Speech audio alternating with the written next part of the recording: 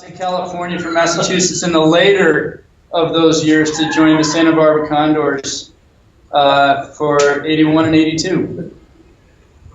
Lived on the beach. Okay. Yeah, both. Left and came back to play in the later 80s with the Condors. Jim Herrick, I mostly played East Coast, but I did play on a very famous West Coast team in about 1984 or 5 called the Boys of Thummer. You played for Cornell, you played for Frisco. I love that. It was a very good season. Was Donnie on that team? Johnny Wallace. Cliff Marho for start 76, 77 with the Free Flyers, San Diego. Then Santa Barbara, late 77, or actually summer 77, right after Penn State, and played till 87 with them. And there was the King City Pisters in there somewhere. Yeah, I don't remember what year that was. One Cal State's one year. Kane, Akai, 79, 80, Woodland Hills Hot Sox. Then 81, most of the 80s, Santa Barbara Condors. Jim Daddy Ingebrigtsen, UCSD Ultimate Entropy in the early 80s. Spin-offs in 83 and 84, and then the Circus in 85 and 86. Wendell, Coats or Pins. Let's see, 82 with the San Diego Ultimates, and then 83 was the San Diego Windjammers, and then 84 was Safari. That's good enough. On. Hi Joe, I'm Chris Jewell. I played on Safari with Wendell. I was with the Windjammers in 80, and then starting with Safari 84. Joe, David Barkin. Let's see, Klingons in the 78, Jam in 89 and 90. I'm sorry, 79 and 80, and then that's it, because the rest you don't care about in the late 90s, in the mid 90s. Michelle Pizzoli, and I was early 76 Sonoma Flyers with boys, 76 to 81 with the boys in Santa Barbara Condors, 81 to 87 with the girls. Stork, I was with the Condors from 75 to 81.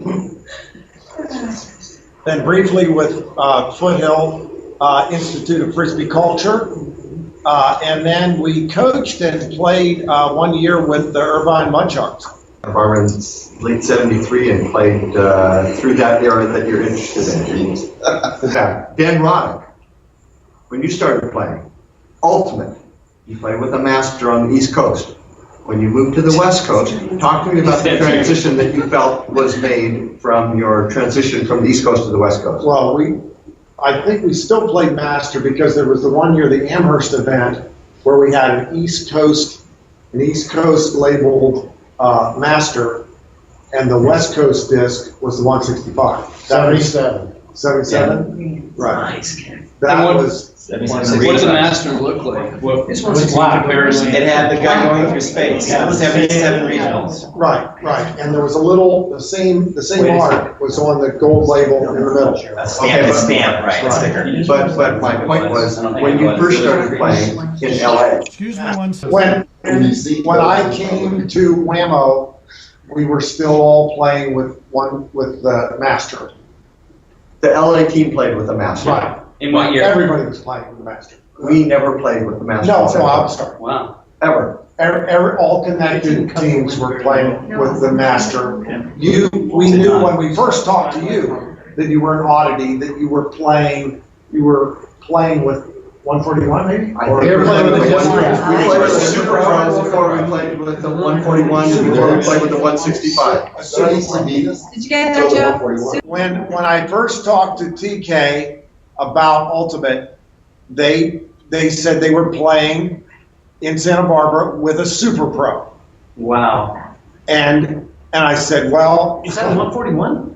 no. Before the G Series came out. Because the 141 came along with the 119 and 165. In 1975. They all came together. So all we had were the cupola discs, basically.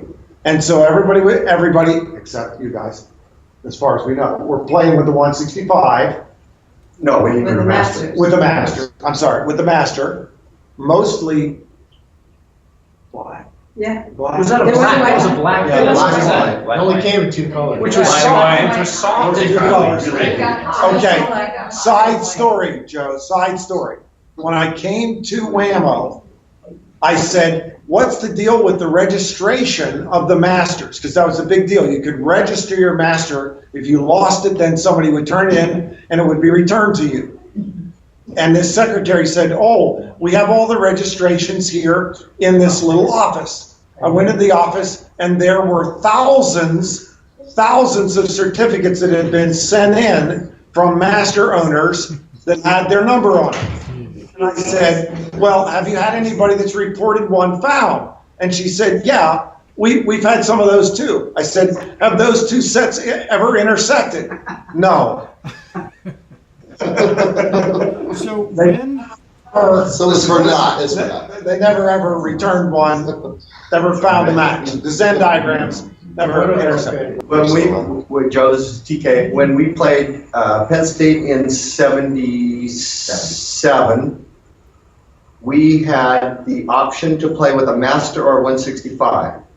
We had been playing exclusively with a 165. When Penn State came out, they were a bit confident and agreed to play with the 165, even though they had been playing with a master. Suckers. Huge mistake. It was a huge mistake. Yeah, Western Regional was a 165. Yes, and so that was the first time that we kind of, Way to make them pay for that. They were like, wow, this thing really works. Yeah. we forced the decision of the disc that we were using on them and they accepted. So that was the first time that process of conflict or whatever came in. The following year, I think everybody universally was using a 165. The following year would have been what year? 78. How much did a master weigh? At best, 150. Yes, I think it was listed as 150. And I think if you looked at the records of the East Coast Captains Meeting, I would think you would find in 78 that they collectively agreed to move to the 165. I mean, it wasn't like it was bits and pieces. Everybody moved to the 165 that year. I have a question. How many people threw the master as sort of their, for me, the master was the first disc that I threw that I realized I could really throw this thing far and in interesting ways. For how many people was that the first disc that you had that experience, or was it another It disc? had to be me. I mean, we were throwing those in the parking lot as a junior and a senior in high school, and I know they were black and they were masters and they were sloppy. I mean, in hindsight, we didn't know at the time. You didn't know at the time. But the technology was so far advanced with the 165 that in retrospect, you look back at the master and it was just, you couldn't cut them in, you couldn't make it do what you wanted it to do, and but yeah, the first disc I threw was definitely that. Yeah, that's what, for me, that was 78 and 79. Yeah. So I was throwing a black Masters in the parking lot. Yeah, 70. Off the curb, off the speed bumps, trying to, having a good time on the lot. That's how I learned how to throw.